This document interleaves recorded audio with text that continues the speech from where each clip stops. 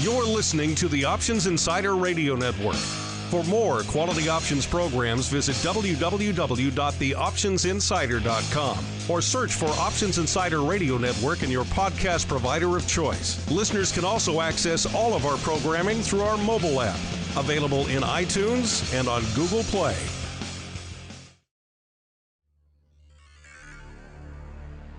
The options market can be a confusing place. Sorting through the daily avalanche of data, alerts, updates, articles, and analysis to find the most important information is an overwhelming prospect. But now you have help. Welcome to the Options News Rundown, the only program that breaks through the noise to bring you the most important news and information from the world of options. Every day, we bring you the top 5 option stories curated by the options experts at theoptionsinsider.com, the premier source for options information. The Options News Rundown is brought to you by Market Taker Mentoring, the leader in options trading education. Get trader education, daily trade ideas, and more with a free 1-week trial of Market Taker Mentoring's Live Advantage Group coaching class by visiting markettaker.com/insider. And now it's time to break through the noise. It's time for your Options News Rundown. Good morning. Today is Friday, March 29th, 2019. This is your Options News Rundown. I'm Dan Passarelli. Our first story today is from investing.com. It's the top 5 things to know in the market on Friday. The first thing to know is U.S. stocks are set for the best quarterly performance since 2019. U.S. futures pointed to a higher open Friday, with the S&P 500 on track for gains of more than 12% in the first 3 months of the year, in what would be its best quarterly performance since 2009. Traders appeared to show optimism over the recent developments in trade negotiations between the U.S. and China, while a strong pricing in Lyft's stock market debut gave the impression that demand for equities is still solid stateside. The end of the first quarter, on a positive note, may overshadow recent unease caused by the sharp drop in bond yields in the past 10 days. The 10-year U.S. bond yield bounced slightly on Friday, rising to 2.41% by 5:56 a.m. Eastern, from a 15-month low of 2.35% reached a year earlier. The yield on the U.S. benchmark has undergone a relentless fall since the Federal Reserve last week cut its growth forecast for the year and indicated it didn't expect to raise interest rates until 2020 at the earliest. The second thing to know today is U.S. and China have productive working dinner on trade talks. U.S. Treasury Secretary Steven Mnuchin said on Friday he had a productive working dinner the previous night in Beijing, kicking off a day of talks aimed at resolving the trade dispute between the world's 2 largest economies. Mnuchin and the U.S. Trade Representative Robert Lighthizer held meetings in Beijing Friday, partly to ensure there were no discrepancies in the English and Chinese language versions of the text, and also to balance the number of working visits to each capital, according to the officials cited by Bloomberg. Talks are scheduled to continue with Chinese Vice Premier Liu He in Washington next week. President Donald Trump's top economic advisor, Larry Kudlow, told reporters on Thursday that a deal could still take months to finalize. The third thing to know today is Lyft's $24 billion IPO sets the stage for Uber and Pinterest. Lyft was valued at $24.3 billion in the first initial public offering of a ride-hailing startup. The company had an increased 32.5 million shares at $72 a share, the top of its already increased price range, indicating strong demand for the deal.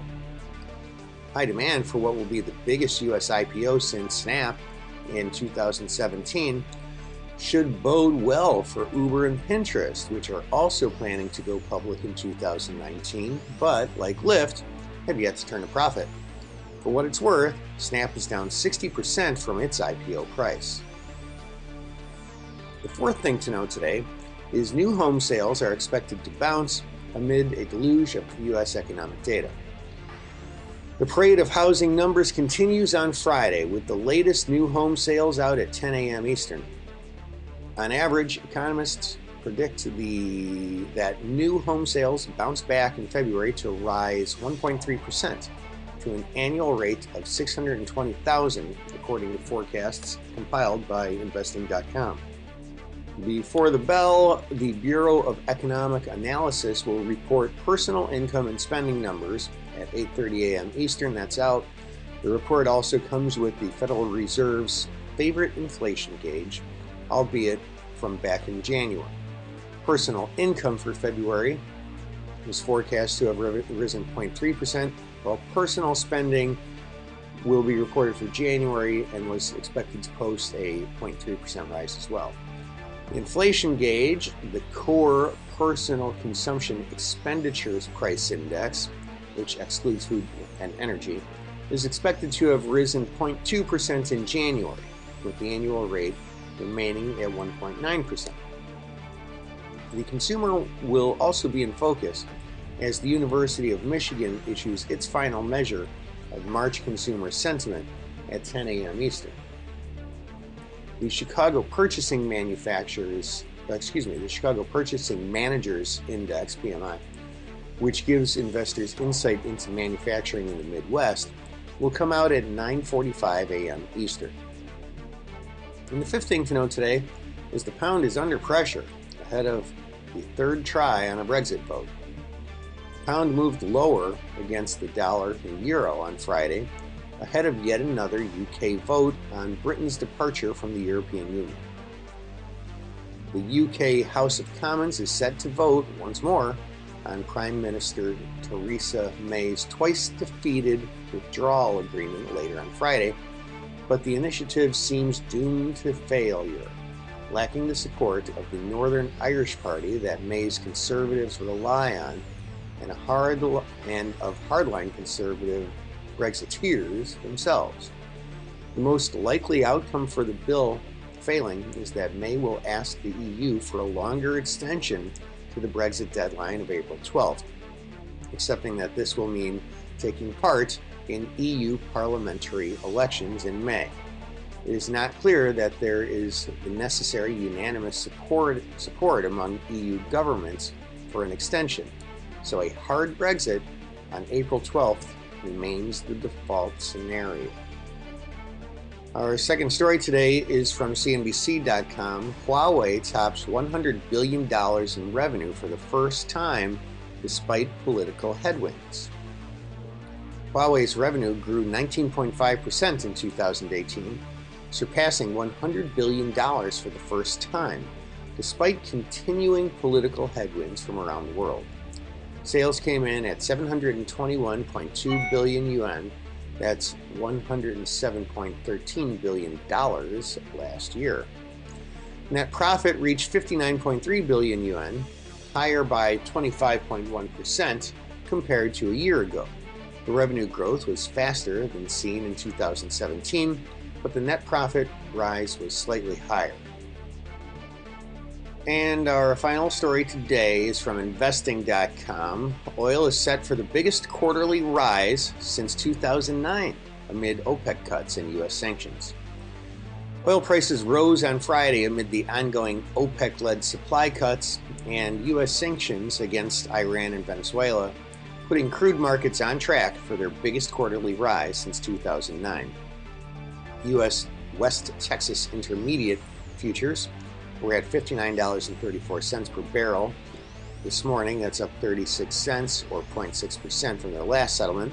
And WTI futures were set to rise to a fourth straight week of rising, and we're on track to rise 30% in the first 3 months of the year.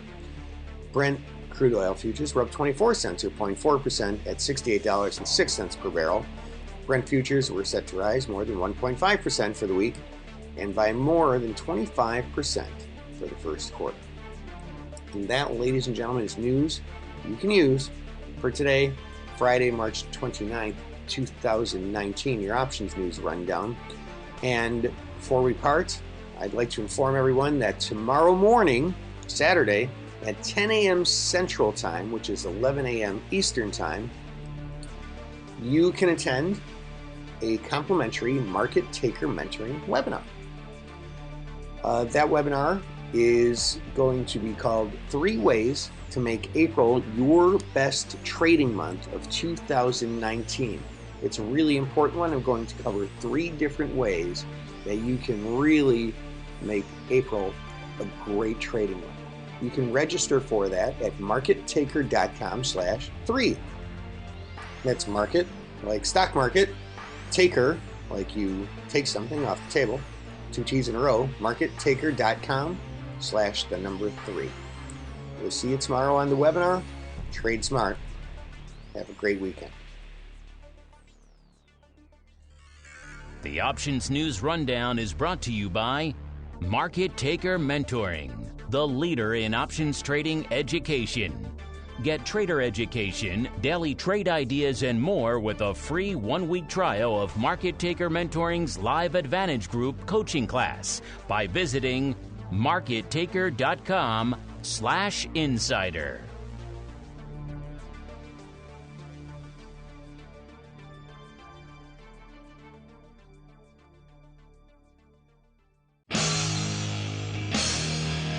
The preceding program was a production of the Options Insider Radio Network. For more quality options programs, visit www.theoptionsinsider.com or search for Options Insider Radio Network in your podcast provider of choice. Listeners can also access all of our programming through our mobile app, available in iTunes and on Google Play. Don't forget to follow along with your favorite programs and submit your own questions for the hosts at twitter.com/options, facebook.com/theoptionsinsider, or via questions@theoptionsinsider.com.